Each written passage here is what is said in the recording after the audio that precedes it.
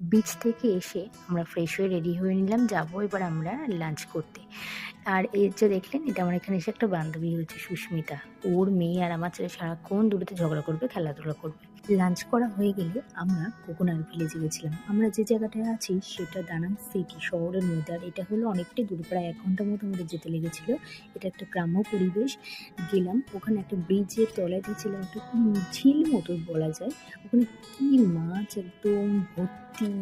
তারপর ওটা পেরিয়ে গিয়ে আমরা নৌকায় বলতে পারেন না কি ডোঙা না কি যেন বলে, এদের ভাষা তো বোঝার উপায় নেই। যাই একজনা ঘুরছিল, আমাদের বোটটাও বলেছিল করে ঘোরাবে, ১ বার ২ বার ঘুরিয়েছে। আমার যা ভয় লাগছিল যদি ডুবে যায় বাবা, দরকার নেই, বাচ্চা নিয়ে আছি।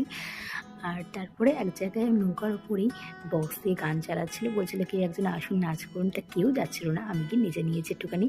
তারপরে আবার সবাই মিলে আবার ফিরে এলাম, এসে গ্রুপ ফটো তুলে ওখান থেকে বেরিয়ে গেলাম। নেক্সট আর এক জায়গায় যাবো, সেটা নেক্সট পর্বে দেখা